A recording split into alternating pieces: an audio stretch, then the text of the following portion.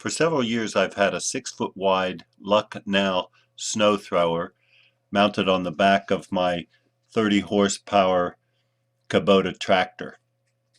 It's a very effective snow thrower, especially when the snow's quite deep. I live on the east coast of the United States. We don't get too much snow, not as much as New England or maybe Canada where the snow thrower is made. The snow thrower has a manual crank that you use to rotate the chute in order to keep the snow off of you. Here you can see I wasn't very good at keeping the snow off. The crank was very difficult to use.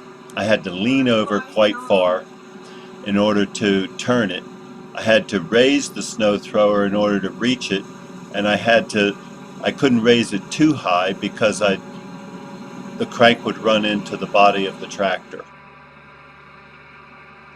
There are lots of examples of using electric motors, especially window crank motors, to be able to modify a snow thrower and rotate the chute.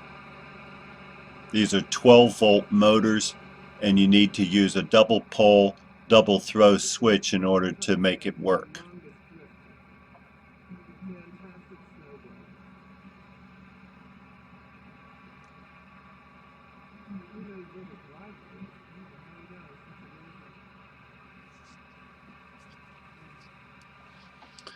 You'll find lots of examples of how to use that electric motor on YouTube. You can see what the crank looks like as originally delivered with the snow thrower. This is the electric window motor, and as I said, you use a double throw, double pole switch. I'm demonstrating here in the initial electric setup that I can rotate the motor in either direction. The motor has quite a lot of torque actually. The switch was mounted on the left rear fender of the tractor. You might give consideration to whether the right or the left side for the switch is better for you. When I first installed it, I ran into a problem. I could rotate it fine, but it would bind up when it rotated towards the right side. The reason for this is because the crank is not level.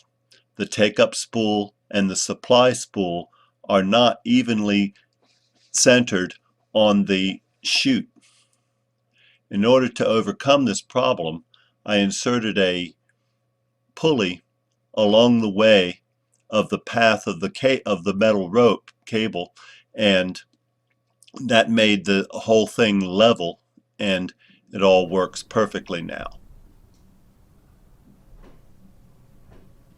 With the pulley in place at the front side, the take-up and supply around the rotating chute is at the same level, and the binding is gone. Also, notice the use of a 1/2-inch knuckle from my socket set in order to take up any of the axial misalignment. I got that idea from someone else on YouTube, and I will give credit to them in the notes.